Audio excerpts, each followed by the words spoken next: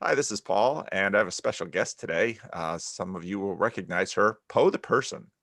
And thank you so much for reaching out and really looking forward to this conversation. I've watched a bunch of your videos, and I, I thought maybe I'd just start by, I think you and I sort of started in the same way, sort of in the updraft of Jordan Peterson. That was so. Well, let's start with you. Okay. Um, Tell me a little bit about growing up. Was it a religious household? What did your parents do? And then how you got on YouTube? You got the pressure on me now. There's a well, yeah, my parents are both quite religious, Oh, Christian. They actually went to different churches by the time I was sort of the age of really paying attention. Um, and without going into the details, I ended up being most in touch with Christianity in my mother's Church of England church. You know, proper big, not a cathedral, but somewhere close to a cathedral type of building. And I sang in the church choir, and I had a lot of friends there, and I really liked singing a lot. And I ended up being confirmed, which is kind of like adult baptism, yeah. into that church. And then it's like fairly soon after being confirmed, I started to sort of fall out of faith, which is I felt quite bad about it because the confirmation, yeah, ceremony is basically you affirming that this is you as an adult saying I'm committed to this for the rest of my life. And I guess at the time it felt like that was just the right thing to do, and my friends were doing it, but maybe I was too young for that because I ended up sort of doubting things after that. How old Um, were you at confirmation? I think I was confirmed at 13, Okay, so and it's pretty soon young. after that, I still liked all the music that we were singing, and I guess that kind of, there's a reason that you sing in church, right? It gives you that kind of very religious sort of feeling. It feels quite spiritual to be singing, especially with other people, and maybe I was sort of misinterpreting that as as a more profound experience than it was. And intellectually, I just couldn't engage with Christianity after that, and um, I just kind of fell out of that and stopped going to church. Was it a Mostly, class felt that you Christian. took or a friend? What made the big change in your life? Yeah, I mean, there was I couldn't say anything like, reading a book or a friend or anything like that. It was just, I guess I just started asking questions, and then I couldn't find the answers that I found intellectually satisfying. So the questions that I would ask would be kind of thinking about religion sort of scientifically and going. I think one of the first questions I asked was if God has a plan, then why do we pray for things? It's pretty simple, right? I'm not saying I was like some amazing philosopher at It's a good 13. question. No, like Sam Harris kind of. I'm not a Richard Dawkins. I was just saying like, okay, so God has a plan, and it's the best plan for me and for everyone, and everything's he's so powerful and he knows everything, and so what is the point in me telling God what I want and asking for things? And the people in my life, they were youth leaders and my parents. They were very interested in talking to me about theology, but I didn't understand their answers. They just didn't satisfy me, and I think I sort of started to think, well, this idea of God just doesn't match with my scientific understanding of the universe. And I started to get very into mathematics, and you probably know, people who are watching this who don't know me won't know that I'm an engineer. So I ended up, I got really into mathematics when I was about 14. Just when, as soon as math stopped being about like numbers, it started to be more about geometry and sort of abstract concepts. I got really into maths and science, and that ended up being my career, and sort of, I guess you could say, surrounding myself with people who like that sort of thing as well. But getting back onto Jordan Peterson in YouTube, I mean, you're absolutely right. I decided to re-engage with Christianity when Jordan Peterson doing his biblical series and looking at the Bible stories, and I could suddenly engage with the Bible in a way that I'd never thought to before, in a sort of in an intellectual way. Like, instead of having to turn off that part of my brain to engage with Christianity, now I was like, yeah, what's the word? Yeah, really, really working hard. Like, there was a lot to think about there. And Jordan Peterson, he started talking just in like offhand, talking about YouTube and saying how YouTube was the Gutenberg press of intellectual discussion or of entertainment. And Yep. I started thinking, well, yeah, that sounds sensible, right? Maybe YouTube in the future is going to be like the BBC, you know, it's going to be the main, you know, in the UK, it's like that is the gold standard of information and entertainment. And I thought, you know, in 10 years or 20 years, if everybody's watching YouTube as their main, or, you know, something like YouTube as their main source of watching stuff, then it would be good to get in on the ground floor, you know. And I always thought I could, that I had something that might be worth watching, whether it was, you know, artistic or, you know, lifestyle stuff or just my personality. And then this politics stuff, I thought, you know, with this, you may or may not know, my first big video was about James Damore, the engineer who got fired from Google. And that was about women in engineering. So I had a kind of, not a unique perspective, but yeah, I had a perspective on that, and people liked that video. And that was a really good start for my channel. And yeah, you know the rest. I'm still here 3 years later. Yeah. And I've just, my interest in Jordan Peterson and many other people, yourself especially, has been bringing me back to thinking about Christianity again and religion. And I've been making videos on my channel about that because I think it's really interesting now. But the people who subscribe to me, they liked the female engineer politics stuff, and now they're like, I want to be with you, but they're not that into it, I think. Yeah. But you've got a great community, and you make great videos, and just like what I was saying about Jordan Peterson and his biblical series, you sort of picked up that mantle, and you've been taking it in really interesting directions, and making me engage with my brain thinking about religion again, and that's been really great. So I'm excited to talk to you as well. I've got loads of questions, just random stuff. I haven't not like one huge thing, but yeah. Well, I'll ask one more question and then I'll let you have at it. Because I know your baby's shown up in some of the videos, and I have 5 children, so my wife and I had 5 babies, and I love babies. I mean, that's one thing as a pastor. If you're a pastor and you don't love babies, you shouldn't be a pastor, and babies are hard. I get that.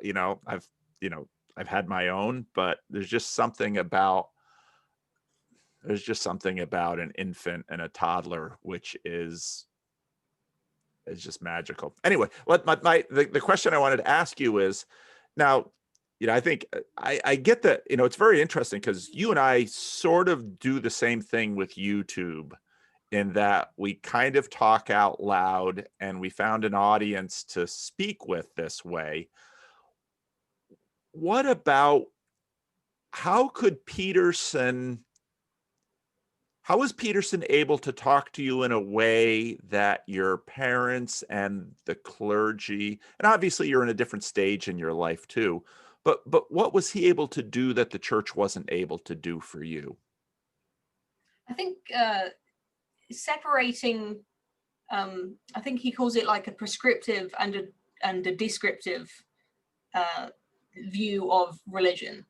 And so looking at what does it say in the Bible, and rather than thinking of these words as a scientific description of the universe, thinking them more of just as a story, and to say just a story would be to minimize what stories are, because just hearing Jordan Peterson talk about psychology and narrative and what would you call what's the word, the archetypes, you know, all of those human characteristics that are, I mean, everybody knows how powerful a story can be and how emotionally moving a story can be, a movie or a book. Everybody's had that experience of falling in love and you know, being really emotionally invested in a story, and yet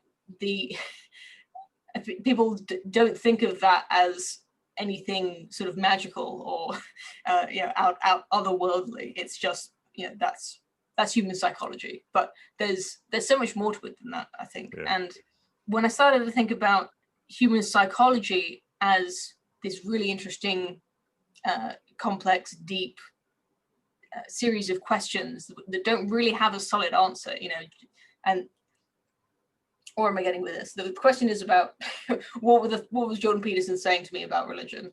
And I think he didn't start with there is a God, his son was Jesus, and he didn't start with a series of things that you had to believe in, sort of facts that you had to believe in, and therefore, you know, these are the ways you should act because of these facts. You flipped it upside down and said, you know, so what if you were the best person that you could possibly be? What if you committed your life to trying to be better all the time? And what could you do? Like, could you even imagine how much better you could be if you just got a bit better all the time? And that doesn't sound like a religious question, and yet he made that into a really exciting conversation that I could engage with without having to think about the sort of more magical elements of a religion. Does that make sense? It makes perfect sense. It makes perfect sense. Well, and I mean, obviously on my channel, I've spoken with a lot of men. And if you look at my Google Analytics, my channel is like 90% men.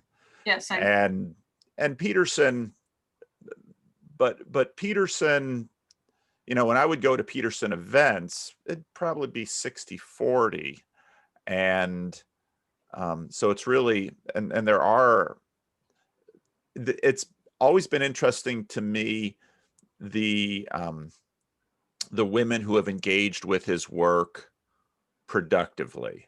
You know, there are, you know, you have Kathy Newman and the GQ interview and some of those that kind of were sent up there to knock him down or knock him around or something. But many of the women who have engaged with his work productively, I found, I know why a lot of the guys got interested in him, but for me, and no one's quite said it the way you have. So that really interests me too. So. Well, everything I just explained came after me enjoying Jordan Peterson, you know, more broadly. And then I started watching his biblical lectures.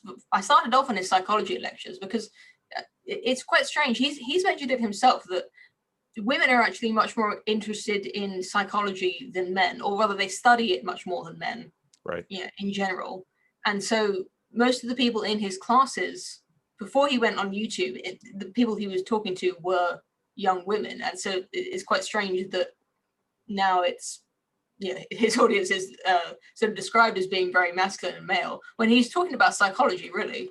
But he's speaking to a crisis at the moment that is being experienced perhaps more by men than by women. But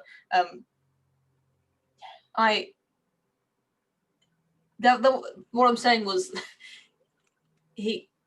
what got me interested in Jordan Peterson wasn't it's like you came for the culture war, you stayed for the religion. I guess what was my experience. Oh, that's perfect. Stayed for the that's really good. And nobody's, you know, this is the problem with having a community that's so many men in it, because the point you just made, I've never heard anybody make before, that I mean, most of the people he taught, most of the people he worked with in psychology have been women, and people like to portray him as some misogynist.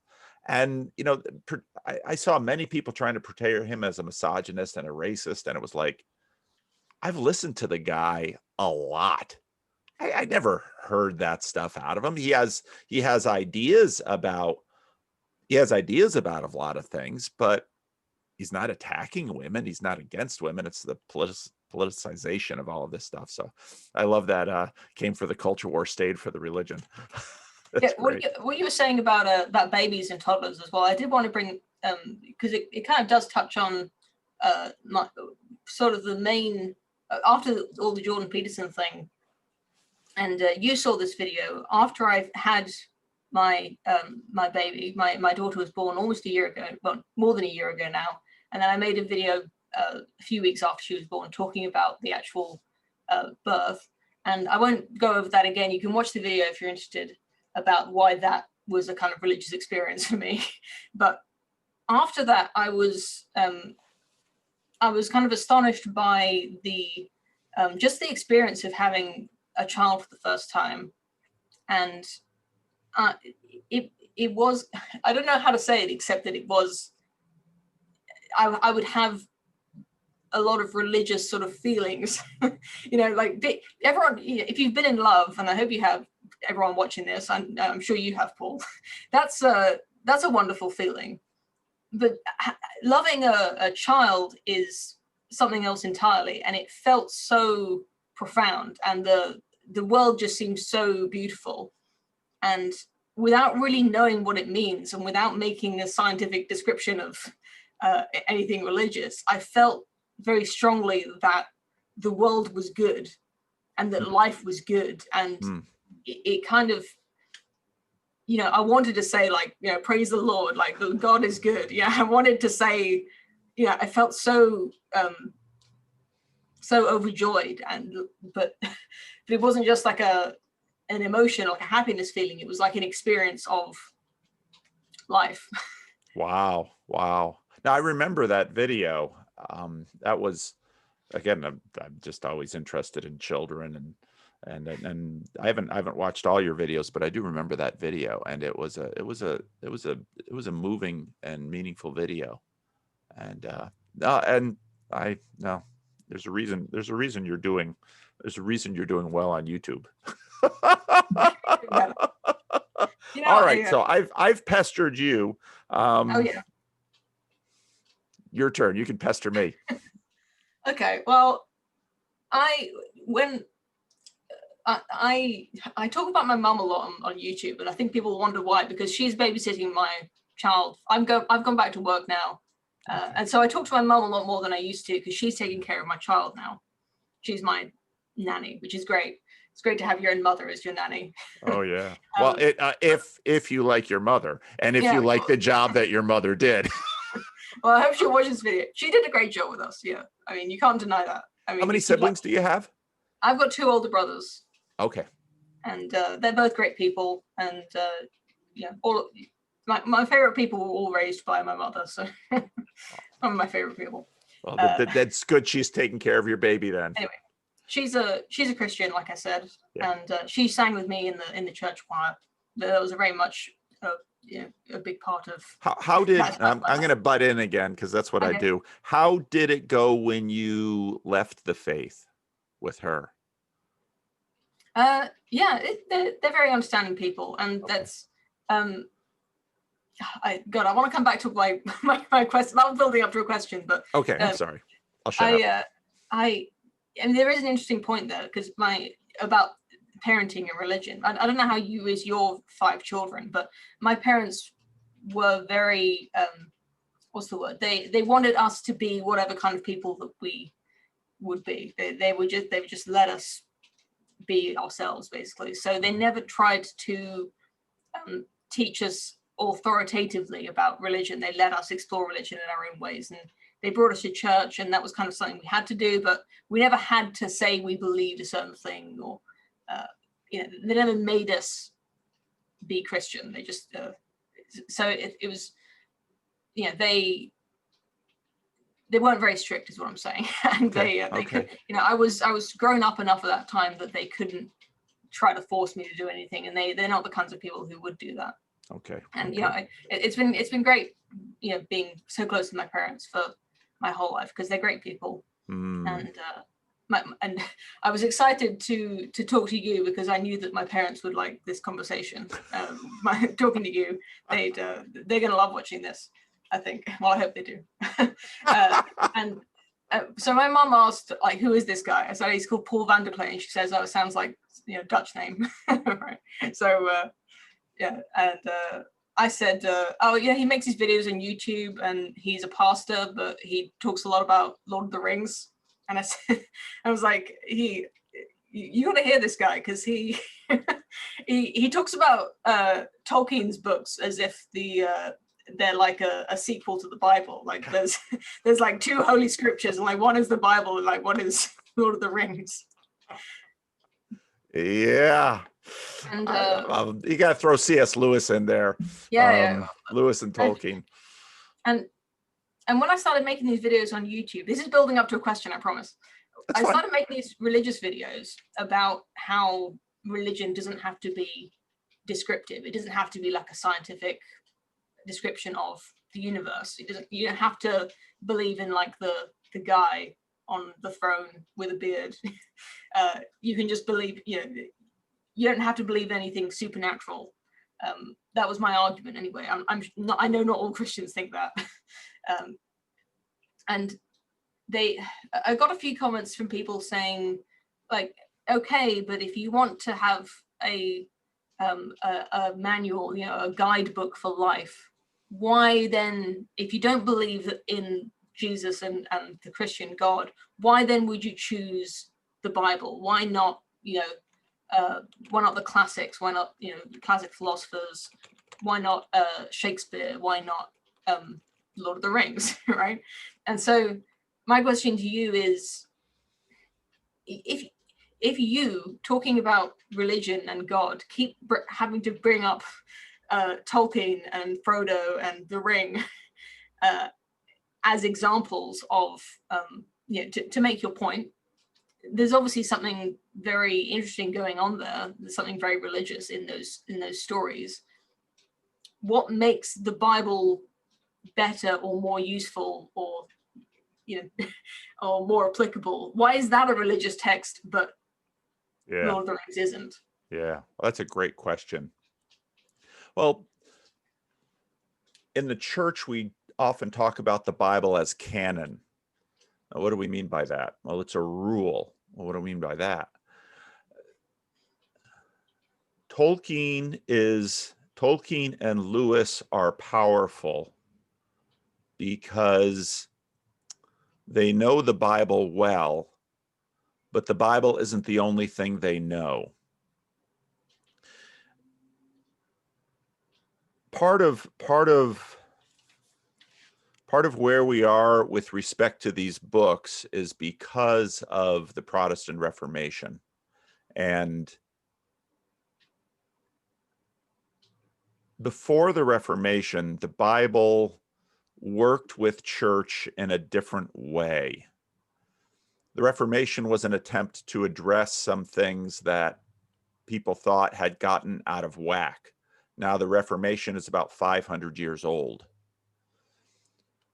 In some ways, what Lewis and Tolkien were doing, both of them, again, World War I vets, both, well, actually, I don't know where Tolkien was from in terms of the UK. Lewis was from North Ireland, so he's, there's a whole nother kettle of fish. But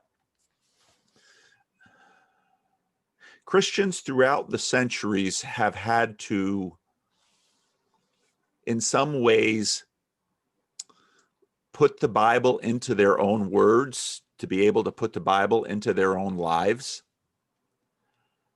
And I think that's what Tolkien was trying to do.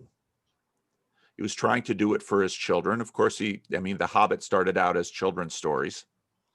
And if you read The Hobbit, it's a very different book than Lord of the Rings. Lord of the Rings is an adult book. The Hobbit is sort of a children's book, but they sort of fed one into another. And of course, Tolkien was trying to provide a mythology, a contemporary mythology for the West. And one of the most interesting aspects, and in fact, modern aspects of The Lord of the Rings, was that it would have appeared, if it had been an ancient book, it would have appeared secular. You don't find Aragorn going to the altar, going to the temple. There's no cultic behavior in Lord of the Rings. Now, contemporary people, secular people, often don't recognize that because they're used to that. And so what Tolkien sort of does is create a secular mythology. Now, how does that relate to the Bible?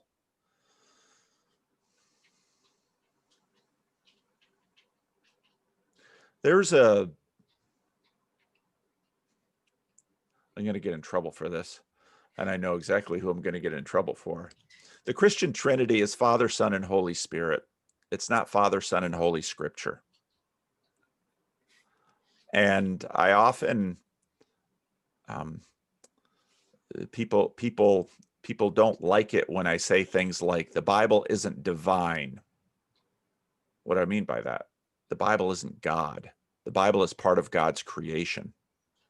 So part of the reason that the church continues to stick so closely to the Bible is because the Bible it's a rule. Now, over on my desk, I'm not going to go get it. I have a little ruler. It's about 12 inches. It's only about 12 inches. Even if I had a yardstick, that would be 3 feet. In order to navigate life, I need distances that are far greater. And so what we tend to do is extrapolate from that little ruler into the rest of life. And in order to do that, we need other texts. And so Christians should read Shakespeare. They should read Tolkien. If they have the interest, they should be all over the map. But there is something about the Bible that works sort of as a compass, sort of as an orientation that helps us navigate through the far greater distances than a ruler could afford. Am I making sense? Yeah. And to come back to your question earlier, I just wanted to let you know that I remember a similar kind of question coming up when I was really young, and I first heard the idea of the Holy Spirit sort of embodying the people who wrote the Bible, and that is what made the Bible special. And that's exactly the kind of answer that I found unsatisfying, whereas I find your answer more satisfying, I guess. And if that helps you understand the kinds of things that I was hearing that I didn't engage with at that age. I'm convinced part of the problem we're having now is, you've heard me talk about God number one and God number two. And God number two is sort of the personal, transcendent personality that gets represented as an old man floating in the clouds. God number one is the God that says, the God of whom it says the whole earth is full of his glory. And when I listened to Jordan Peterson and Sam Harris have their first conversation in Vancouver, and they have this big long talk, and then they're getting to the end, and all these people paid money, and Sam Harris hasn't had a chance to get down to brass tacks with Jordan Peterson why he's affording aid and comfort to theists. And okay, Jordan, what do you mean by God? And Jordan Peterson opens up his Surface book and starts reading all of these things. And I thought, as I was listening to this, most Christians out there won't recognize what Jordan Peterson is talking about. But if you know enough historical theology, you'll know that Jordan Peterson is talking about God. And then Sam Harris interrupts him and says, wait a minute. No, no, no, no, no. I'm talking about God. And then Sam Harris begins to describe another thing. And so right there and then I realized, well, why are these two talking past each other? Because Jordan Peterson had a far more sophisticated understanding of what Christianity and Judaism before it meant by God in a far more ancient way than Sam Harris did. And here's the kicker. Sam Harris had learned what he learned from Christians. And that's a problem. And even for me, who had been a Christian pastor, who had been to divinity school, I was sort of working on some of this stuff. And I had always found Tolkien deeply satisfying. I had found Lewis very helpful because, of course, Tolkien is a master of literature and just wrote this stuff that, there was at one point a competition, the most important book of the 20th century, and someone decided to put a survey out there, and The Lord of the Rings won. And a whole bunch of literary critics were furious because this is lowbrow, the Lord of the Rings shouldn't be it. But why is Tolkien's work so persuasive? And in many ways, Chronicles of Narnia were sort of popular, but never to the degree of Tolkien, and Tolkien didn't like them. So what are these two doing, and how does that connect with Harris and Peterson? I started listening to Peterson, and then I immediately thought of C.S. Lewis. And why can't I think of his name? Alistair Roberts, a preacher from the UK, wrote a blog post about Peterson and Lewis. And when I read that blog post, it was like a light went on. It's like, oh, of course. Roberts was able to sort of put it down and put it on paper. And so my abiding question with Peterson was, why is this guy who is doing what he's doing, communicating with people, some of whom have been to church, many of whom have left it, in such a compelling way, and the church can't? And so that's really what drove me, part of what drove me into Peterson, because what is he doing? I want to know. I want to figure it out. And it was right there in that, at the end of Vancouver 1, where the light went on. And it's because Jordan Peterson has found God through his creation. And Sam Harris couldn't be bothered to look because he was listening to Christians who weren't bothering to look either. Again, I don't know if that makes any sense to you or if that's clear at all. Yeah, I think I get it. That seems pretty harsh on Christians, isn't it? I mean, why not be hard on Christians? I think God is going to be a lot harder on Christians than I ever am. I mean, It'll be a lot harder on me too. What you said about God 1 and God 2, I want to know if you've heard the album that Kanye West released in 2019. I can't remember the name of it. It's his religious album. It's just songs about God. Yeah. And I've been thinking about doing a video for a while about Kanye West and PewDiePie, the YouTuber. I don't think you've ever talked about him, but these people who are absolutely at the top of the achievement hierarchy, that they've achieved so much, they've got so much money, they could do anything. Yep. And they're looking inwards. Yep. And I know a lot of people don't think of religion as looking inwards, but I mean, Kanye West may be crazy, but he's definitely a genius, even if he is crazy. He's a musical genius at the least. But anyway, there's a song on that album called God Is that is, I mean, maybe it's just a very well-written song. That's what's crazy about music, is that you don't know if you're just listening to a really good song or if the lyrics are actually speaking to you. I mean, it's the lyrics and the music, but it's so, the lyrics are very poetic. I don't know what to say. They're just good. I'm not a musical critic, so I don't know, have the vocabulary to describe it. But he's describing God without any of this God too. I think it was God too is the guy in the clouds, right, with the beard. I mean, the song is called God Is, and he's describing the glory of his creation. He's the strength in this race that I run. Christ is the fountain that fills my cup.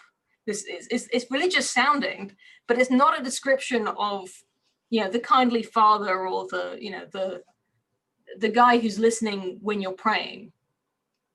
And I find that really, really inspiring, really powerful. And when I think of my favorite hymns as well, something like it's really cliche, but something like Amazing Grace, that's you thinking about salvation, the wretched sinner, and the what do you call it, the conversion hymns, thinking about the power of religion to help people become better. And nobody's written songs like that about Lord of the Rings, that's what I'm saying. I mean, Lord of the Rings is kind of like a song. Yes. that is the art of, like, the fan fiction of the Bible. And you could say that's really good too. I like that too. I'm gonna steal that too. That's really good. But but you do hear this. You could imagine Amazing Grace being written about Jordan Peterson, the way you hear young men talking about the change that it's had in their lives and the wretched sinner they used to be, right? The salvation of Jordan Peterson. And yes. I don't want to turn him into a religious Christ-like figure. He's just a man. Yeah. And he's just saying things that people like, and yet it is it's powerful. And I don't know if that was leading to a question, but I wonder if there is something in the future, and a secular religion, if such a thing could exist. You keep talking about the meaning crisis, and I think that's a wonderful phrase for what is going on. People have more money than ever, and it doesn't make them happy because their lives are empty. And when people aren't having children anymore, and when you don't fill your lives with something to keep you busy, you kind of end up getting bored of everything there is to watch on Netflix. You have to wonder, you start to look inwards, or maybe you just stop moving forward, and you just settle for the person that you are. And there's what Jordan Peterson says, there's so much rhetoric at the moment, so much of our political discussion is you're fine the way you are, and nobody should be able to bully you for that. And yeah, bullying is mean, but there is so much more that we could be. And this sort of Sam Harris generation of people like me who dropped out of religion when they started getting their brain in gear, because it didn't work with that part of the brain. And now we've got this Jordan Peterson thing going where people are engaging again. And it just makes me wonder, like, what is next? Like if you could try to channel that, where is it going? Like if you went down that route of the non-magical God one, it's in some ways it's the most magical and the least magical at the same time. I don't know how to describe it, but this artistic way of thinking for science-minded individuals. Is that a good slogan for your movement? I don't know. That wasn't really a question. That's quite mean. There's a couple things involved here. One is the immanent and the transcendent, which is heaven and earth. And so one of the things that the God number one, God number two thing was pointing to was the immanent and the transcendent. That so the transcendent is holy, holy, holy. The immanent is the whole earth is full of his glory. In a way, Jordan Peterson turned the light on to the immanent. And so when you talk about, that Kanye West song, that's, he's pointing to the imminent. Now, another person that I brought into the conversation, Stephen Smith, who is a law professor in San Diego, has been looking at the question of what do we mean by secular? And part of his answer was the pagan world tended to locate the sacred at the level of the immanent, and the Christian revolution tended to point to the sacred as the transcendent. So you've got that process going back and forth. There have been, for the last couple of 100 years, many attempts. So again, go back in history. Christianity in Western Europe so dominated, so completely controlled, became tyrannical. That tyranny was partially broken by the Protestant Reformation. Very quickly after the Reformation, deism came. And the heart of deism was an attempt to understand and predict the mechanisms of the patterns of God. And the idea was God is so faithful and so reliable that we can, in many ways, predict the unfolding of God in our world. And so you had God then as watchmaker, and God made the world into this machine. And eventually sort of what happens is via Darwin, okay, now we no longer need the watchmaker. We can assume the world sort of emerged from all the complexity, and that then became this mechanistic modernism. Now we have, up until this point, understood that as the secular story. And I think what we're beginning to see with Jordan Peterson and a number of other thinkers out there is that's probably not right. So then we have the question, well, what is going on? What is the secular story? And I think part of the reason that has been coming unglued is because we as human beings assumed personhood as exceptionalism, assumed agency that we had, and lived in the rest of the world as a dead space. The rest of the world was disenchanted, demythologized, and we believed that with enough knowledge, we could get all the way to the bottom of the world and find all of the mechanisms, and we ourselves could control it. Two things happened. Number one, we realized the deeper we got into the world, the stranger the world became. And so our enthusiasm about basically reducing the world into processes that we could understand, we became skeptical of that project.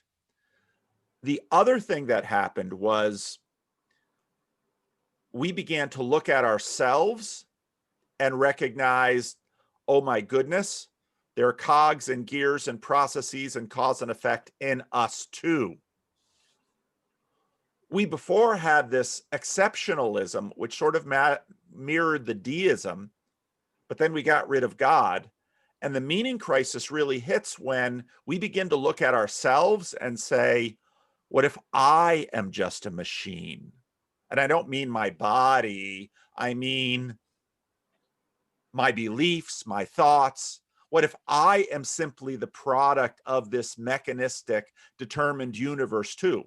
And so, but it's really important that both these things happened at the same time. Number one, we realized we're not about to exhaust and explain away what we labeled as the physical universe. It's way too complex and it's way too strange.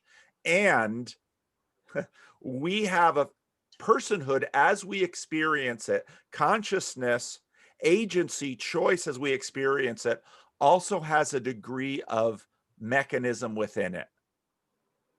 And so now suddenly we have a crisis, because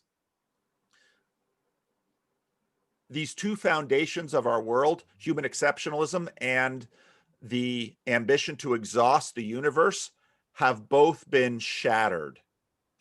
And so what we have now is an increasing awareness of mystery in the universe and an increasing anxiety about the lack of mystery in ourselves.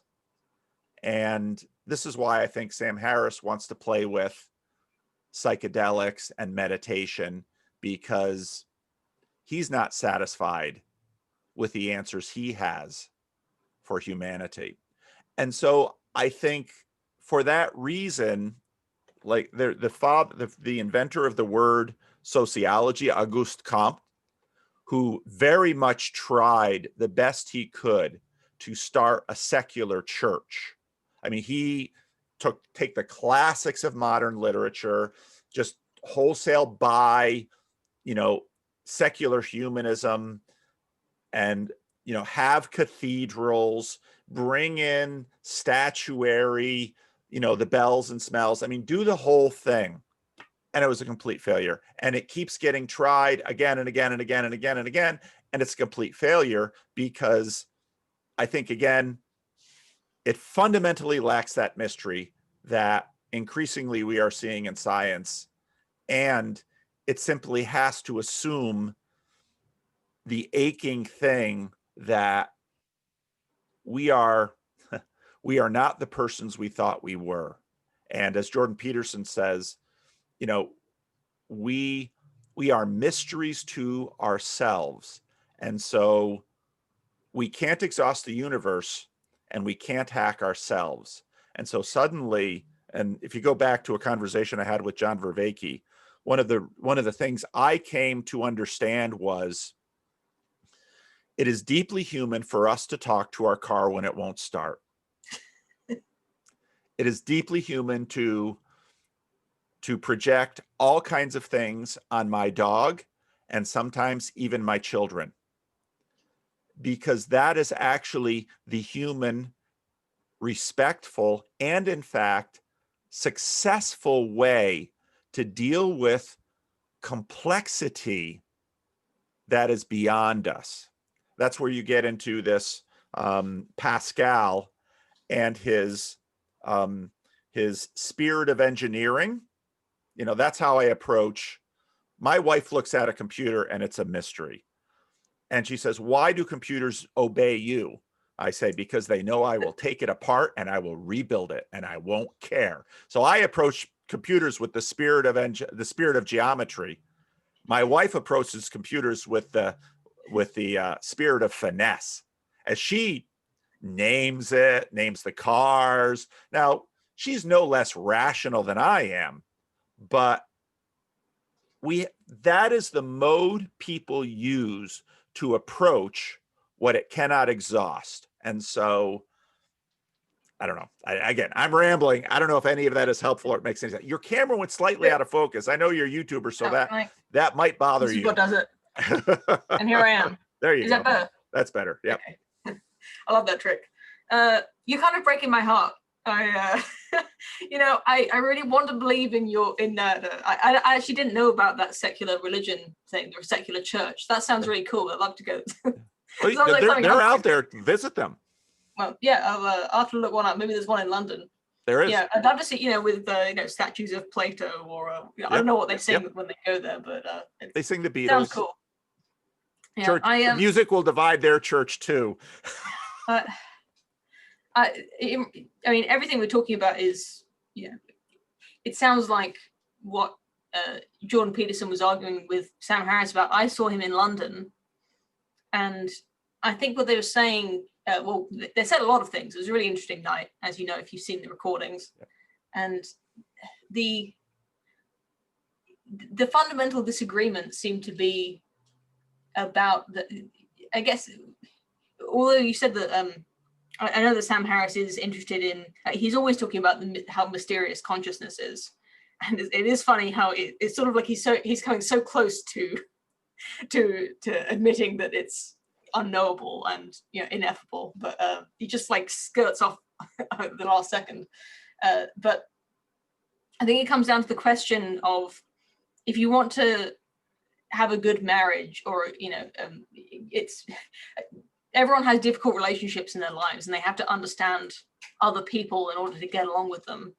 And if you want to have a good marriage, or have to be a good person, to interact with other people well, is it better to study neurology or to read the Bible? And the Bible isn't the only thing that can do that, but when you talk about how mysterious people are, I love that the description you had of, like, the sort of the symbology of getting deeper and deeper, and it just gets murkier. It just gets more complicated.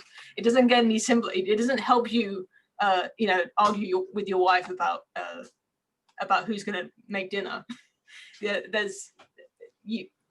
are psychological phenomena that do help with that sort of thing, and yet they kind of just come to the same conclusions that you could come to from reading the stories, which is why Jordan Peterson just talks about Pinocchio all the time in his psychology lectures. And that was the first sort of serious series I watched from him, was his psychology series. And you just think this guy's crazy. He's got a room full of 21-year-old students, 18-year-olds, whatever they are. He's teaching psychology, and he's just talked about Pinocchio for 2 hours. And you think this guy's insane. and yet you in hour 6 you start to see where he's coming from. And there's so much complexity that can come out of that. You can skip over the complexity and just get to the lessons in that way, and that's stories, isn't it? That's narrative. And yet what I was coming back to is the Sam Harris talking to Jordan Peterson. Sam Harris accepts all of that, but he doesn't accept what he calls divine revelation. What you're saying is missing, which is who's the guy in the car that you're talking to? Who's the car that you're talking to? To come back to my own video, who was I praying to when I wanted my baby to live? What was that? Do I believe in God or not? It's a big question for you, but what I want to ask you in this conversation, my biggest question is, do you think I believe in God? And I know that you should say, oh, that's a question for you, or depends what you mean by God. But I want to sincerely ask you, do you think I believe in God? And can I be a Christian? Or am I doomed to being secular? I think you probably believe in God. I do. And so, okay, so let's take this down a couple steps. So Peterson in Lafayette, was asked about religion, and Peterson made the point, I think it was exactly right. If you ask somebody about their religion, can they tell you? And Peterson's like, probably not. Why? Well, because we don't really know ourselves. Okay. That's a deeply scary thing, but I'm older than you are. My children are now all in their 20s. And so, I'm probably about the generation of your parents. The longer I've lived, the more I've recognized how much I don't know about myself, and so my wife and I have been married. My wife and I have been married 32 years, and it's, my marriage with my wife has been rocky at points. If you had asked me 12 years ago if I think I'd still be married at this point, I probably would have said, I doubt it. I don't think we could make it, but we have. And, that's probably the toughest thing I've ever done in my life, but also in some ways the most rewarding and productive thing, which was to, in a sense, try to stop fighting in our marriage and try to start fighting for our marriage. We have 5 kids together. I mean, it would have been a real problem if I'm a pastor. I mean, all kinds of issues. But one of the things that my wife and I regularly bump into is that we've been married for 32 years. We knew each other 2 years before we got married. We regularly have the experience of looking back at each other and saying, who are you? And you'd think after 32 years of a really intensive relationship, we would have come to the bottom of each other, and we're not.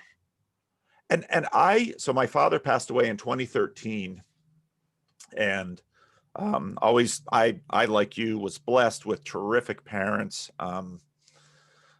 They're non-tyrannical completely. I continue to learn more about my father 7 years after his death. And you think, how does that work? Well, I learned more about my father now being a father of 20 something of not, I don't have 20 children in their 20s. Yeah, I have 20 children. I know people who have 20 children. So, all with different women. So anyway, but this is how we are. And so in many ways, why would Kanye, I think you should dive into him because he's a great example of so many things. And when Kanye made some of these albums, I'm a digger, so I tend to dive into, his story and learn about his story and all of this. I mean, basically Kanye got to the point of recognizing that he needed, now whether, let's set aside ontology for a moment. And I think, again, this is one of the powerful things that Peterson did. Let's set aside ontology, okay, and say, okay, well, let's just assume that as an imaginative ideal, it is possible that human beings and human society, because it's not just humans as individuals, but in fact humans as collectives and communities, it is possible that God as an imaginative ideal is essential for human individuals, but especially human cultures and societies and human beings as groups to flourish. And I'm about to have, after I talk to you, I'm going to talk to Ryan Bennett again today. And, I talked with he and Andrea a couple of weeks ago. And Ryan still considers himself an atheist. But what Jordan Peterson has done to a whole bunch of people is help them to see how incredibly useful and productive even God as a mere concept is, not only for human communities, but also for human individuals. And I think, well, why on earth did Kanye, at this point in his life, just decide to go whole hog religious? Because to a certain degree, there was a College Humor video a number of years ago that made the point, Star Wars nerds and Tolkien nerds are just like Bible nerds. They LARP. They live action role play all over the place. Well, why do they do so? Because it's meaningful and because it's productive and because believing in God somehow makes lots of people better people. Now, here's the contemporary dilemma is that you might look at this as, wow, looking at it very rational, I can see that embracing the idea of God and LARPing my way into religion helps me be a better spouse, be a better parent, be a better citizen. It just helps me live better with other human beings. But what do I do with the nagging voice in the back of my head says, it's only make-believe. Jedis aren't real.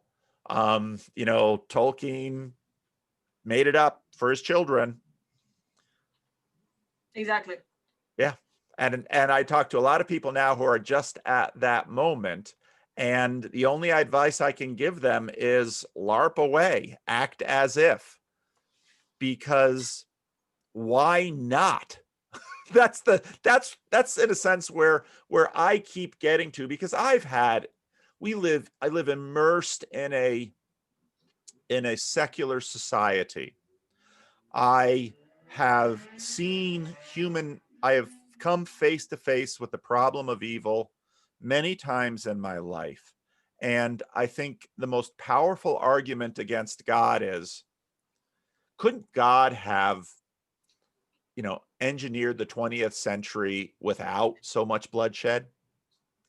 And that's not even a powerful one. It's much more powerful when you're, even as a pastor, when you're face to face with some seemingly senseless suffering and evil. And you say, well, maybe imagining that there's no plan to the universe and there's no Father in heaven looking over us, and providence is just a cruel joke. Those ideas live inside me too.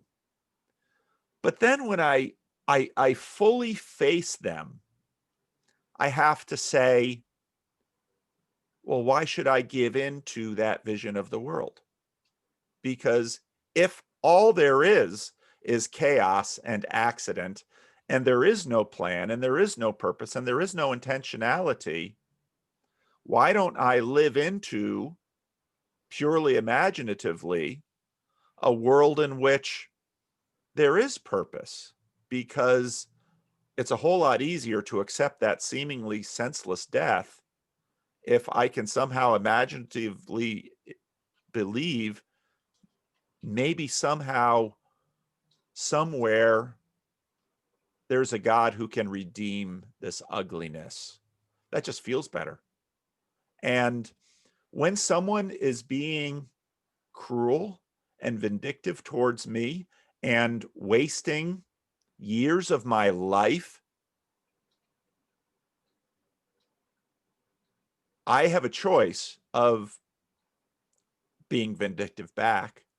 I recognize dealing with human beings, I don't have a level of agency or excellence that I can actually change other people. Other people remain black boxes, at least to me.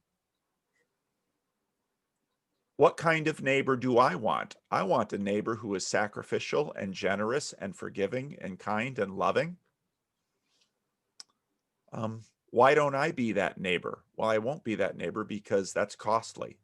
And I think this is why when you have a child suddenly, and call it evolution, call it, hundreds of thousands or millions of years of mechanisms built into you as a mother, where you have that child and you look at that little child that is so utterly needy and helpless. And it's like, that baby will wake you up in the middle of the night, and you can go in there and reason with that baby all you want, but yet you love that child. And there are few things in the world you wouldn't do for that child. And you love that child to enough of a degree that, and now as your daughter grows, you're going to say no to that child. And that child is going to try to manipulate you in their 2-year-old way. And mommy, you don't love me. And if you really love me, yada, yada, yada. And you are going to look that child square in the eye and you're going to say no. And that child's going to say, you're mean. And you're going to say, yep. And I'm drawing a line and I ain't giving it away. And you're going to do that. And to me, the best way to make sense of this is to believe and to live as if there is a Father in heaven that can do that to me. I don't have a better reason, but I also don't have a reason to give it away. But it's not true. I mean, that's the part of the, I mean, you exactly described it perfectly. There's a certain little leap that you have to make, and it feels like a little leap, and yet it's the difference between committing yourself to what is true and what is convenient, or and having a religion isn't always convenient. Sometimes it's really inconvenient. I'm not trying to pretend that it's it's the opiate of the masses, or just like you described. It's not just the people on their deathbed who convert suddenly at the end of life. It's also people like Kanye West who have every reason to worship themselves. But I think me and so many others, we're committed to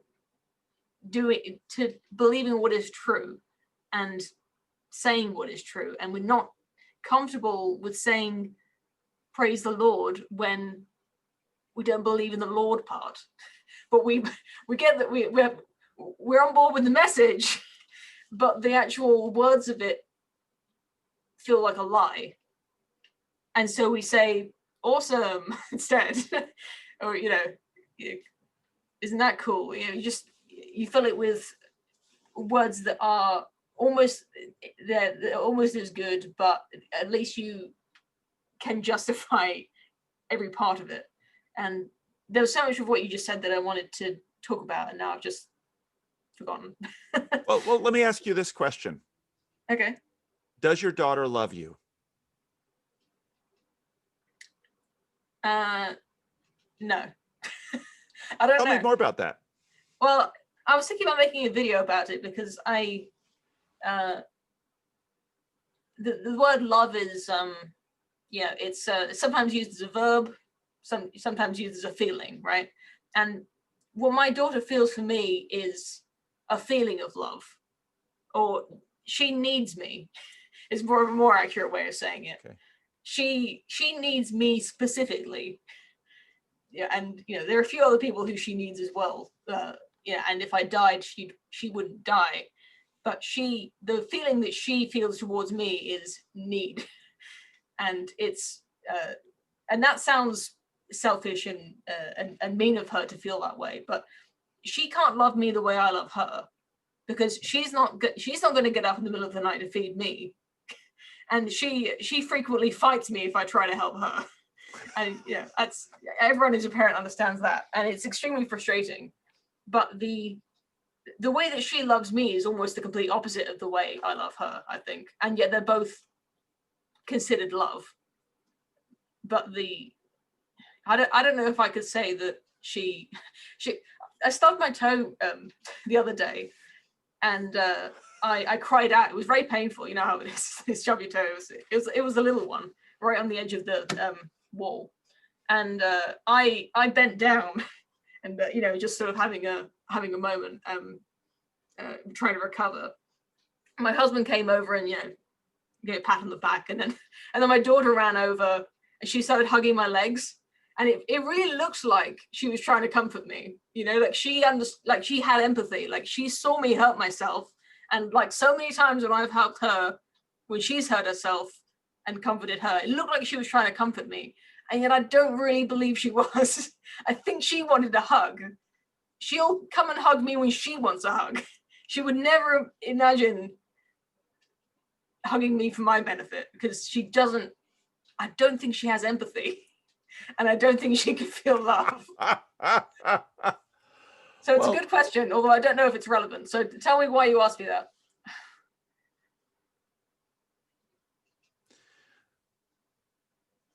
With your definition of truth, you might want to look into, there's a professor of philosophy. I haven't done a lot of videos on him. There's a professor of philosophy, University of Texas, Daniel Bonavac, who I believe was a student. I should get him on the channel. I bet you he'd come. I believe was a student of Wilfrid Sellars. Wilfrid Sellars was an American philosopher that said we look at the world basically through two eyes. One is the scientific image, and one is the manifest image. And basically, Daniel Bonavac says, don't bother trying to read Wilfrid Sellars. And another guy I've had on the channel who's a MD up in Idaho agreed, because he tried to, and he said, you can't, he's inscrutable. But this is a college professor, so he's got all he's a philosophy professor who's got his videos online. And he basically says that these are the two eyes through which we see the world. But these two worlds, the scientific view of the world and the manifest image view of the world, are very, very different views. And the difference in them is normativity.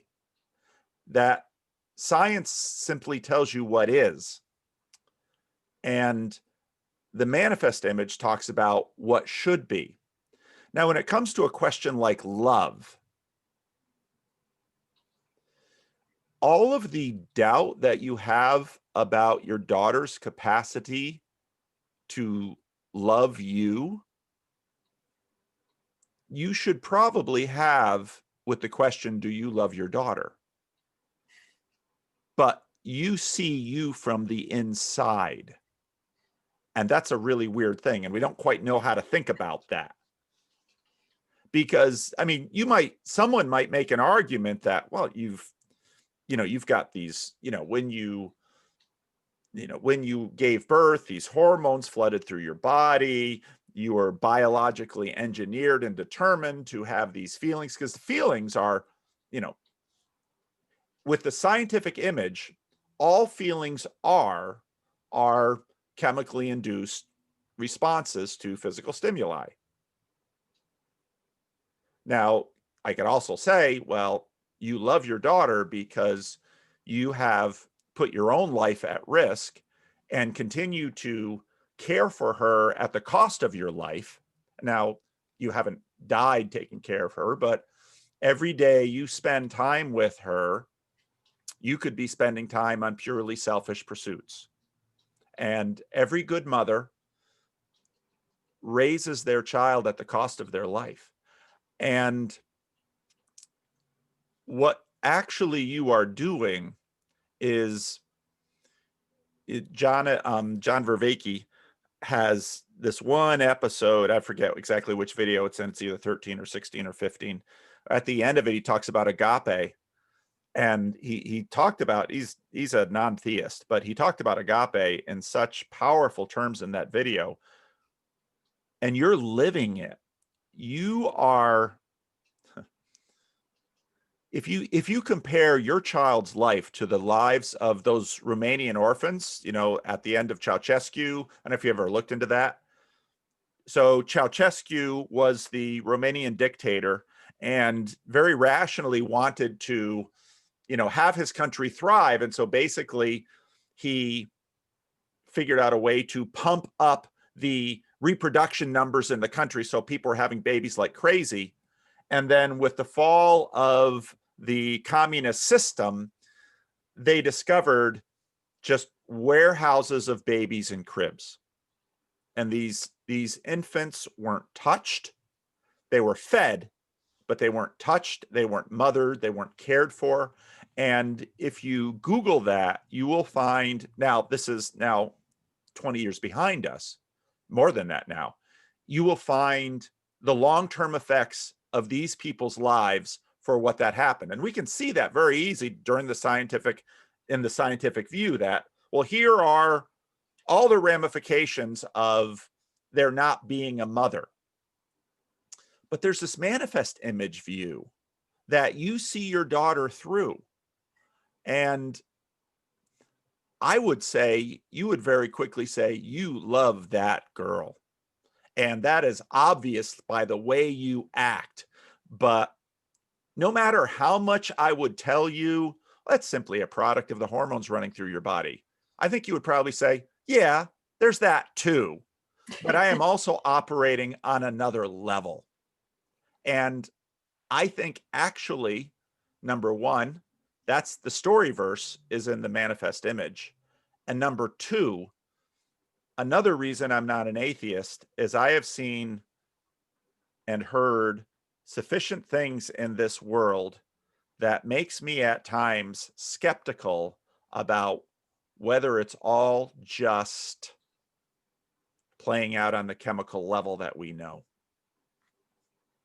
So, but again, I don't see, and this is where I don't think I can talk you into belief, because I don't think belief is formed that way. And I don't think it's different from, let's imagine that, at the age of 18 or 21 or how old were you when you married? 23. Okay. At the age of 23, someone said, okay, Poe, it's time for you to marry. Here, I've gone through everyone in London, and I have found the perfect person based on, you did extensive surveys, yada, yada, yada, yada. There's reality TV shows about this where, oh, we're going to put these people together. You went out and fell in love. And probably, if you've fallen in love or had crushes or infatuations like most of us, many times in your life, probably chosen poorly a few times. Sounds like you know me. Well, that's people.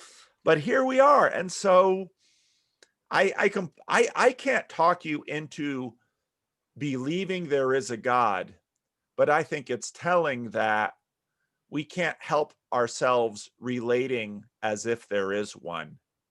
And the question of truth, this is why, on one hand, we're looking at ourselves and recognizing, gosh, these hormones and things and this psychology, that's really very real. But on the other side, we're also looking and saying, even when we're looking at particles, we keep digging and realizing there's more going on there than we know. And even Jordan Peterson, Sam Harris can agree. We don't know what consciousness is. So I don't know. And so I can't make you believe. And so I don't actually bother trying. I can only talk about why I do. That would be asking too much, I think. Yeah. Because I can't make all kinds of people do things I far more want them to do than the stuff I want for you. Maybe that's a good segue into another question that I wanted to ask you, which is just about you and your job, really. I'm just curious to know what it's like to be kind of responsible for so many people, or who you pastor. That's a verb, right, as well as a noun. And how much responsibility do you take for the spiritual lives of your what do you call it, a community? My flock. A flock, yeah. That's I mean, a shepherd is responsible for literally the keeping sheep alive, right? They'd be roaming around on a mountain, and well, maybe they'd just run away and they'd be fine, and maybe the shepherd in some cases just sort of keeps them in a pen and then takes them to be slaughtered. So I don't know. It's a difficult metaphor, the thing of the shepherd, or maybe that's a good way to start. I mean, how do you see your role in your church? With if somebody, if two people in your church get divorced, or you find out that one of them cheated on another, or otherwise have sinned in a serious way, is that something that you take responsibility for as as failing them, or is that just too much to ask? Yeah, that's most often too much to ask. I see pastors, I'm very low in neuroticism. And so, and I also, after a lot of years in working with people, recognize this whole thing about just-in-time learning, it's really true. People can sit in years of listening to sermons and Bible studies and Bible reading and not learn a darn thing.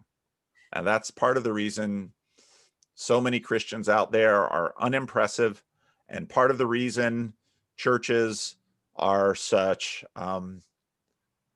such poor at what they do. Now, part of this also has to do with my theological tradition, which is Dutch Calvinism, which is a little bit different than English Calvinism. But I have seen that for many people, change only comes when big important things happen in their lives. It's sort of like a gym. Church is sort of like a gymnasium in some ways, that if you keep, it's sort of like AA, in that I know a lot of people who have tried AA and it hasn't worked for them. I know other people that are strong believers in AA because, well, what's the difference? Usually, but not always, it's because they hit a point that they were really desperate to get sober. And here, what's that? Rock bottom is what they call it, Yep. right? Yep, hit rock bottom. And then they really started to work it. But for a lot of people in church, lights only come on when something happens in their lives, when, and actually when I don't necessarily, I certainly don't take responsibility for it necessarily, but I don't necessarily see it as a bad thing when some Christian in church fails in a catastrophic way, because it's often at that point that they will hit bottom spiritually and say, okay, I've got to change. Because usually what happens is church doesn't necessarily deeply impact a lot of people, and most of sort of the common stuff in the culture, I'm a good person, I'm, I'm moral, I'm better than average. And then they will do something, when Jordan Peterson noted that it's not the chaotic trauma done to us that really causes, for a lot of people, deep traumatic post-traumatic stress. It's when we do something. Suddenly I realize that I'm far more selfish than I like to believe about myself, and I'm far more capable of, it can happen in marriages. People's marriages devolve, and then they beat up their spouse, and they say, I hit this person that I promised to love. Or they beat up their kid. They hit their kid in a way that they know, it's one thing, however you go with spanking, they hit their kid in a way that they never should have. Now suddenly they're looking at themselves and saying, what am I? At that point, there is an opening and a potential for real spiritual growth. Because, and again, I think this is something deeply right about Jordan Peterson, is he understood our capacity for malevolence, and understood that we can be, and Nietzsche had made some strong points. We can be really moral people when there's enough food and people are behaving right, but go ahead and let, when the shit hits the fan, see how people really behave. So as a pastor, a lot of pastoring is sort of putting stuff out there, kind of normal feeding of the sheep, but waiting around until something happens in someone's life, and then you got to be there, and then try not to make things worse. Yeah. Which you can do too. Yeah, of course. And at that time, do you wait for them to approach you, or do you sort of jump on that situation? Usually if someone goes into crisis, you jump on it. But in jumping in, it's always sort of a feeling out. So you approach them and say, would you like me to come over? Yeah. And then you see, and then you kind of get a sense of it, because everyone is different. People respond to the chaos and the trauma in their lives in very different ways. People are remarkable people, and churches are full of some of the worst scoundrels you could imagine, and some of the most glorious saints you can imagine. Churches have both. Okay. I mean, God, the question's just gone straight out of my brain.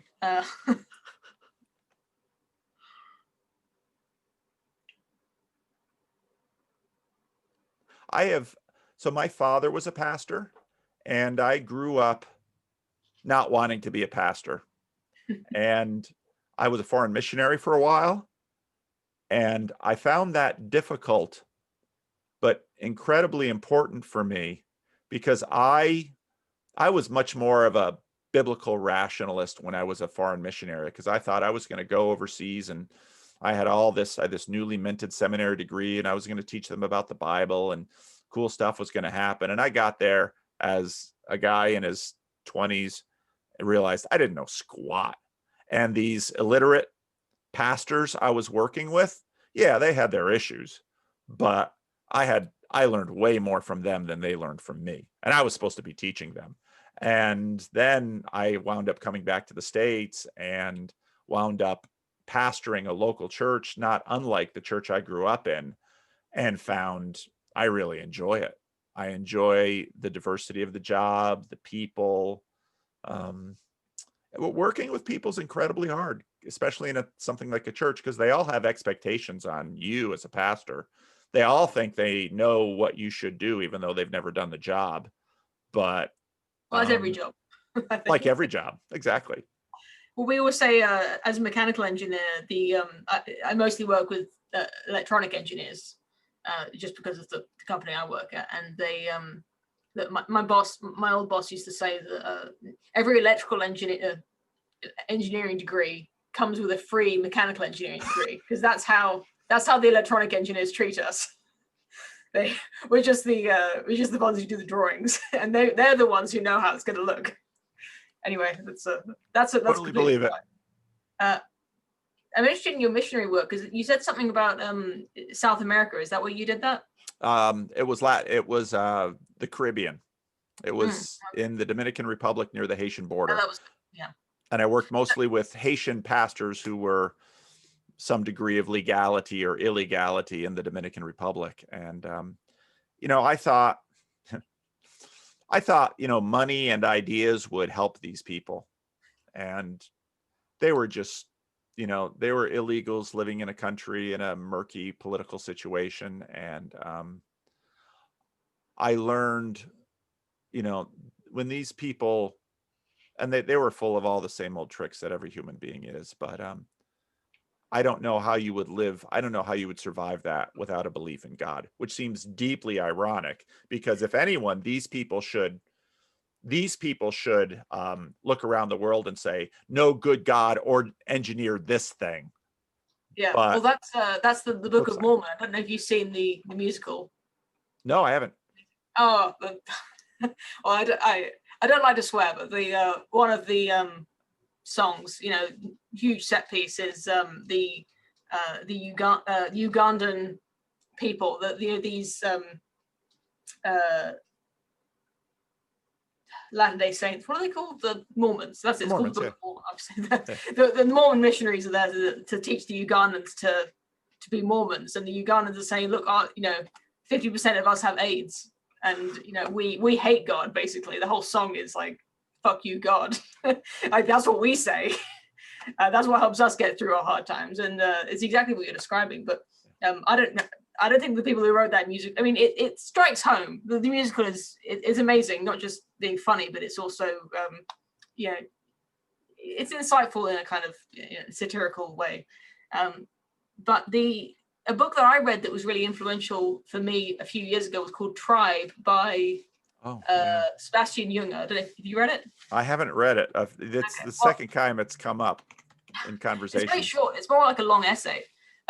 So you should read it. But his sort of main hypothesis in that book is talking about how desperate situations like war and poverty, they give it brings life into focus and gives people meaning. Yes. And I think part of the meaning crisis that you're always talking about is a product of affluence and having, like I was saying before, you have too many hours in the day to, and Netflix gets boring real quick, and it seems to be a product. People they get all this money and they use it to put themselves in a box that isolates them from other people, and you're at home. People don't have a community around them the way that we used to when before we had TVs, but also before we had like houses as we know them now. And the way that I just wonder, how did you find, I don't know what kind of people you were working with, like was it poverty or richer than I'm imagining? I mean, is that representative of what you found? Like, do these people have a different experience of life than people who have a life that I would consider perhaps too comfortable? Brings it into crisis. Yeah, the Haitians, I think there, when I was there, their average income was something like 50 cents a day if they were working. And they could live cheaper in the country than I could, obviously, but it wasn't necessarily a terribly cheap country to live in. No, there's absolutely no question that part of secularity is related to prosperity. The more people suffer, the more desperate people are, the more religious they will become, but they might not become religious in the ways we esteem. So there's I haven't read it, but I know there's a book, Shantung Compound, the story of men and women under pressure, by Langdon Gilkey. And so he was in China at, lead up to World War II, and all the expats were rounded up and put into an internment camp. And a bunch of them were business people and missionaries. And his observation was that for the most part, the missionaries weren't any better than the business people. But then there was one missionary, the guy that the movie Chariots of Fire was made out of after. He was in that camp. And according to Gilkey, he kind of shone like the sun, not literally, but his quality was just remarkably different from the other missionaries. Well, what's going on there? And so working with poor Haitians, not a lot of secular ones there, by virtue probably both of the culture and of the situation. And many people could be religious in the most transactional, simplistic, greedy way possible. I mean, it's not that religion will necessarily make people more moral in the way that we have been deeply formed by the morality of Christianity, but it is to me. But one of the really interesting experiments going on now is that even as people deconstruct from dominant, well-formed religions like Christianity, they just kind of eat supernatural junk food after that. It's astrology, and it's aliens, and it's ghosts, and crystals. Crystals. And I know lots of people, and again, it's just the fact that this is how we're wired. And a little portion of that, then you'll say, look at the bell curve of human beings, probably certain portion of us just don't tend to enjoy that so much, and another portion really does. And so then suddenly you're on a psychological distribution. But that won't tell you anything about truth either. Because, the way I see it, I mean, I find the simulation arguments quite interesting. How do we know we're not in a simulation? That's a really interesting question. I think simulation is the wrong word, but when I look at, as I watch my kids play increasingly lifelike computer games, you get to the point of realizing, boy, how much longer until we can sort of strap a human being into some kind of simulation atmosphere and really fool them? Because we get fooled right now regularly about all kinds of far low-tech things. So I don't know. Yeah, I was thinking about that recently as well.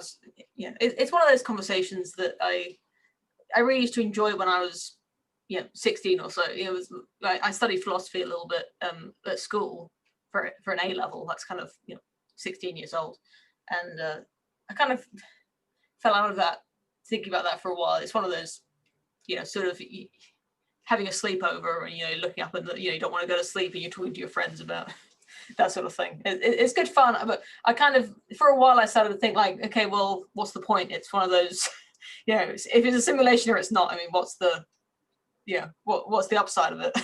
But I started to think about it again recently. It came up again. Elon Musk, was it, or Joe Rogan, all those sorts of people. Fun conversations, and I realized that maybe I'm low in what was it? Neurosis. Neuroticism. That's it, neuroticism. Maybe I'm low in neuroticism as well, because I was thinking, I think my life is, if you're playing a video game where you could live as anyone, I think people would want to live as me. Maybe they are thinking too much of my life, but I really have a, not just like now, but my whole life leading up to this point has been like just the right mix of like quite interesting, but not too dangerous or scary, and like nothing really difficult has happened. Like, you don't have to work in a mine or you know, get really badly bullied, but like it's not that easy either. It's like, I've had a great life is what I'm saying. And I think people would like to play a video game of my life if they could. And I don't know if you've yeah, Total Recall was kind of the original, but then since then there was a little other places have done it, but probably the most culturally significant recently was the show Rick and Morty, where there's a video game called Roy, where you put on the headset and you are suddenly this, I think you start off as like a teenage, or you start off as like a teenage kid called Roy, and you live his entire life to the point you've completely forgotten who you were before you put on the headset. And then when you die, you get a score depending on how well you did in this guy Roy's life. And that's exactly what I think. I can imagine my life is that, and you know, in 60 years, I hope I live that long, I take off the headset and I go back to being the futuristic, you know, person living in the year 4000 who wanted to see what 2020 looked like. Yeah, a white female engineer lived like in England. Or maybe there never wasn't. Maybe there never really wasn't England, and this was just part of the simulation as well. Well, and you should, if you've never, have you read any of the Narnia books, Chronicles of Narnia? Yeah, I without doxing myself too much, my name is actually my name isn't Poe. Sorry. Yeah. My real name is based on it's a name of a character in a Narnia book, so they're quite influential in my family. Oh, okay. You can imagine. Yeah. Well, I always think of The Last Battle and this scene where they're going further up and further in, and they look out yonder and they see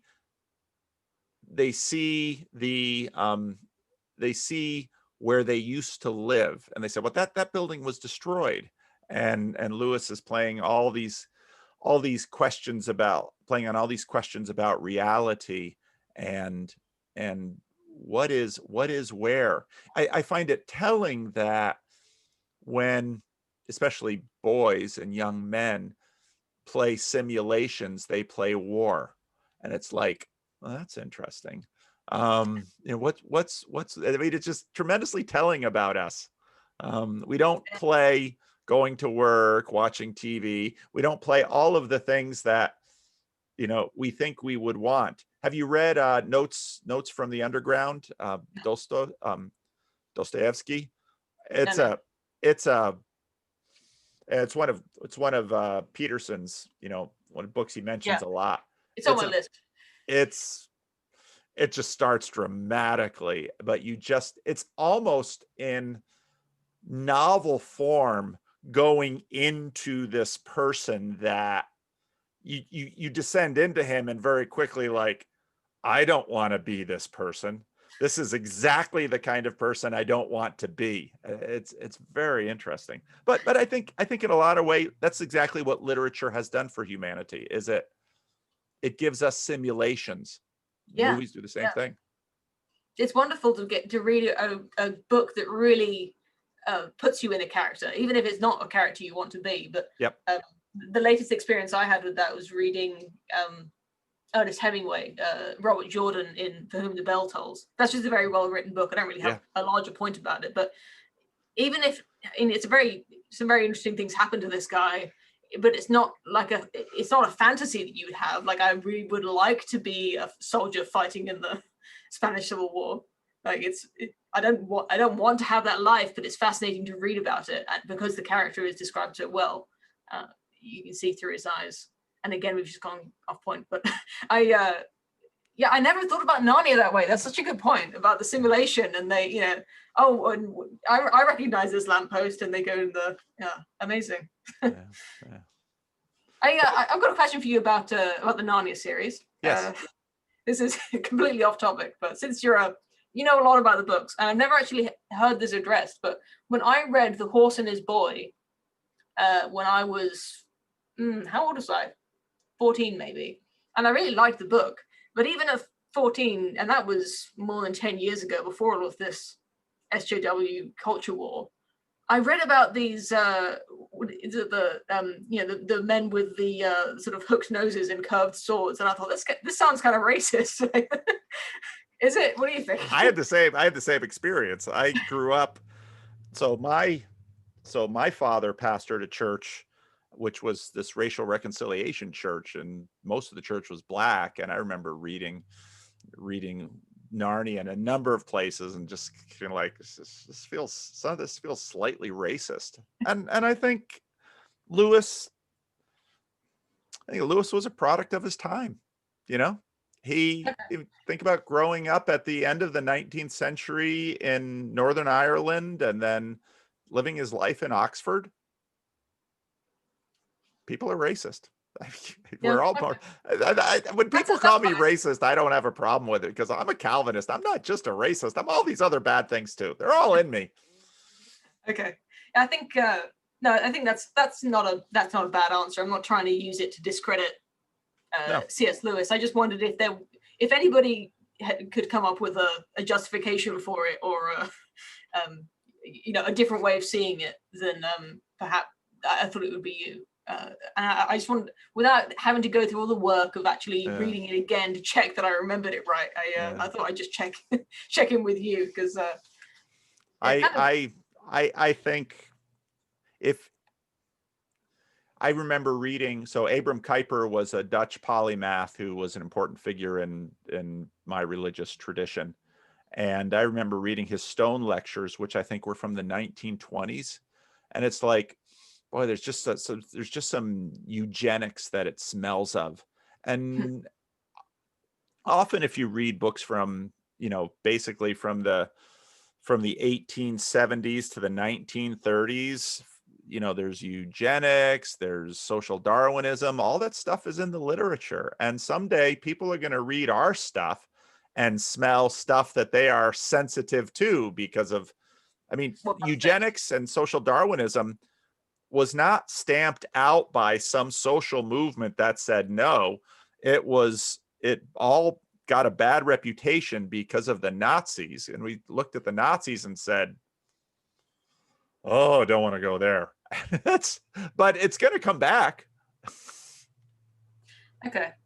And so I guess the question, not that I planned this question, but if C.S. Lewis, who wrote this wonderful series of books with so much that we can learn from them, and not a religious text as we discussed, but something like a religious text that is still useful morally and symbolically, if that can have something that is kind of racist in it, then that is how people often see the Bible as well, and saying, okay, well, we know that bit about mixing the textiles, that was kind of weird, and that bit about the eating shellfish and all of these really strict rules that we don't really adhere to, because we go, okay, well, the Bible really wasn't serious about that bit. That was just about hygiene, and now we understand hygiene and we don't need the Bible anymore. But for that bit, we'll just ignore that bit. And I'm not saying that's hypocritical or anything, but does that kind of undermine the Bible, or is it all right? What do you think about that? I was actually working this morning I'm doing an intro to the Bible series on my church channel now. I posted one video of it on my channel. The Bible, my understanding of biblical inspiration is organic inspiration. And what that means is that the Bible, you cannot express anything intelligible to a human being unless it is clothed in a culture. Now, I don't think that the Mosaic ordinances with respect to shellfish and clothing have anything to do with any kind of conceptualization that we have with respect to hygiene. I think that is us reading back onto the text. I think that text was, I think what was happening in the desert with those laws was something that was intelligible to the broader cultures around Israel, but also deeply formative in order to trying to create a program by which everything in their lives would be reinforcing the kind of program to, in a sense, God had taken Israel out of Egypt. Now it's time to get Egypt out of Israel. And so that's an extremely, I mean, if you go back and you look at the debates about what's going on in the Mosaic Law, it's really fierce stuff. And I think truth is, it's extremely hard for us to conceptualize. The question of, you're not going to find anything like what we consider racism to be in the Bible, simply because those categories just came far later than that. Now, I think specifically racism, maybe you misunderstood the question, more about just things that were of their time that don't make sense now. The Bible is completely of its time, but everything always is. The question is, John Walton has this great line: the Bible was written for us, but not to us. Well, what does that mean? When Paul sat down to write letter to the Corinthians, he was writing a letter to the Corinthians. Now, he probably knew in the back of his mind it would be passed around, because that was probably what was starting. But it's like when you make a response video on YouTube. Exactly. And so what video am I making that isn't of the time? Now, 100 or 200 years from now, if anybody would ever watch any video that I would make now, through their filters, they would find certain aspects of what I do wanting. That's simply a function of the time. Getting into the question of how the Bible should shape and mold us for today, and how we could imagine God speaking through the Bible, I think, and I think Jordan Peterson is actually quite helpful with this, I don't think it's that hard for us to understand how that might be. Now, does that mean that we won't look at the test of an unfaithful wife, where you sweep up? I mean, here's the thing: the more you know the Bible, the more of these things you're going to bump into.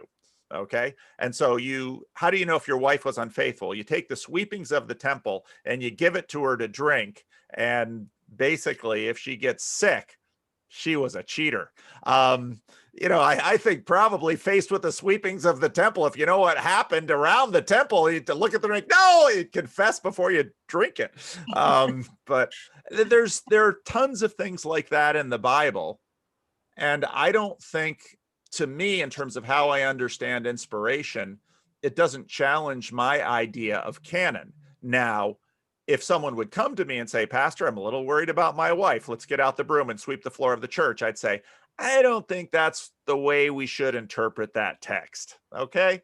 And I think actually part of what we tripped up so much on in the modern period that triggered a whole bunch of these things was not just how cultures have changed since the Bible, but some of the ways we began to understand truth.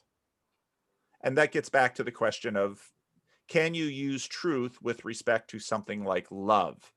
Can you measure love? Well, you can see how many times you get up in the night and, to help your crying child. That would be, it's a fair mention of love, but what exactly is it that we're measuring? So it gets complex fast, but I don't think it's at all unworkable for people. And that's the job of a pastor, to try and say, okay, well, let's try and understand it in this way. And maybe that will be helpful, because I don't think the world is such that at the end of your life, God pulls you out of, your however movie way you want to imagine, the Poe that's in you goes up and stands before God, and God says, all right, we're going to do a multiple choice test on, the way you check things off. Actually, the New Testament, and this is something that a lot of Christians don't recognize, every determination in every judgment day scene in the New Testament evaluates people based on what they do. They also evaluate them based on how they relate. So those are kind of the two matrices. And it's only after the Protestant Reformation that we tend to check off a lot of propositional things. But that gets back to the question of, do I think you believe in God? Probably. Because we're not in touch with ourselves in that way. And so then you have the question, well, what should, if in fact, as Christianity asserts, we do not end with the physical sensation of our bodies, what happens then? Yeah, those are good questions. And science isn't going to help you because science can't really delve too deeply into that, although they're trying. And that's when, and it's usually at that point that people begin to ask bigger questions. And it doesn't seem inconceivable that if we're in something that might be analogous to a simulation, and in fact, if our coding is, you know, if for the coder, something of our essence remains after we've left the program, then okay, well, what did the coder care about? So maybe this comes back to the question about like I've been watching your video earlier today where you were mentioning that it seems like quite a lot of your attention has been dedicated to this question of gay marriage. Is that right? It's something that's been on your mind. yeah, well, it's about, my denomination is about to go to war over it, so Yeah, well, you made it sound like it was important to you, and it is important to me too. I guess I'm just curious about what you think your role is in that. It comes back to a question about what it means to be a shepherd or a pastor, where if I believe or don't believe in gay marriage and I make a YouTube video about it, I feel like I'm just one. I feel like I'm on a pedestal in one side of a debate where people are watching both sides. But you're a YouTuber, but you're also a pastor. So for the people who are in your church, you're a bit more than just a guy on one side of the debate. You're more of a authoritative figure where they will look to you for for guidance on this, or how they should feel about this. And they're not just assessing your arguments, they're also putting their trust in you a bit. And so I wonder, just how do you deal with that? And do you tell them what to believe, or do you give them a reason to agree with you? I want, not even want them to agree with you. What I want from this conversation is for us to have a better conversation about it. And what I mean by that is, for the most part, there's arguments on both sides that are pretty stagnant and stale. And I don't think people are actually talking productively about it. So no, there are a lot of stakes in that for me. But, and this does get back to the earlier question, because I can't make someone gay or not gay. And truth be told, how I feel about it, if someone is same-sex attractive, won't necessarily determine what they do with their attraction, especially in any given moment. I've known people who at one point in their life, they said, I'm same-sex attractive, but I want to be side B, which is sort of, I don't believe this is God's plan for my life sexually. So I'm either going to stay celibate or I'm going to marry someone of the opposite sex. And then they do that for a while, then they switch. And actually both ways. I've known lots of people all over this conversation, and I know well enough that I'm probably not going to talk them in or out of anything. So what I want people to do is have better conversations about it and understand the issues in a broader way. And the best way I know how to do that is for me to try to figure out better conversations about it and to understand it in a broader way. So just like with the rest of my videos, I'm talking out loud. And I don't think, for me, where I come down on the issue, well, there's also, that's also such a false way of looking at it, because if I am sitting in a church meeting and have to vote on a particular thing, I'm voting on that particular thing. I'm not same-sex attractive. I've been married for 32 years. I'm not going to marry a man. It ain't going to happen. So what do I care in some ways? But people, this is getting at a whole universe of other things that are not well related to it, and nobody's talking about it, and everybody's talking about it in a moralistic sense and in a political sense. And I think that's one of the dumbest ways to approach it. And so I want to talk about it. And I frustrate both sides because people want me to be on their side and to argue their case. And I find that boring. That's Tell me been about done all over the place. Yeah, I think I think I get some of that as well, but I don't have your jobs, and I'm glad I don't have your job. But I guess it comes questions like this. The gay marriage thing, I think, was a huge. I mean, I'm surprised that you're bringing it up now, because it seems like something, like we were done talking about it 5 years ago. Maybe it's different in the US compared to the UK, but I think maybe that was one of the big drivers of the sort of the atheist movement, is people were sick of the moralizing. But that is one of the key characteristics that people associate, or especially atheists associate with Christianity, especially now, although it's by no means the most moralistic of the religions, but yeah, we'll leave that there. But that people expect a pastor, although probably I think you'd say that a pastor's job is a bit different from the Catholic priests of a few hundred years ago, where before the Reformation. I please correct me if I'm wrong on any of this, but the job of the priest was to say, this pleases God or this does not please God. And it doesn't, there's no argument about it. There's no, well, I think maybe this, and what if this, and we're having a debate. And it's more of in the Bible it says this, and I'm the priest, so it's evil. Yeah. And that seems to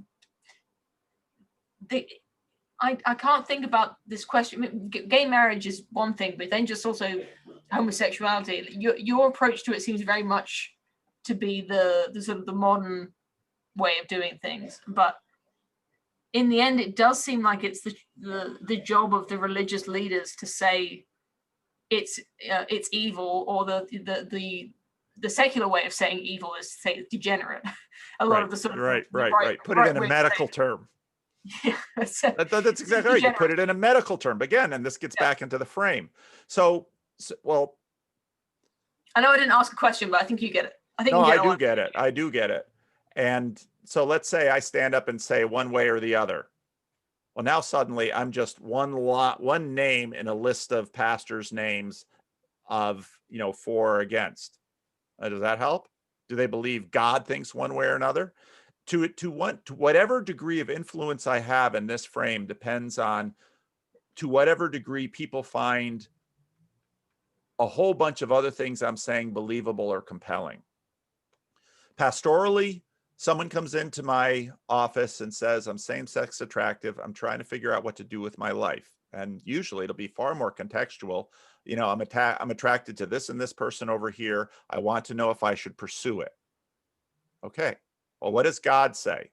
Okay, well, who do you think God is? Because even though that's germane to the conversation,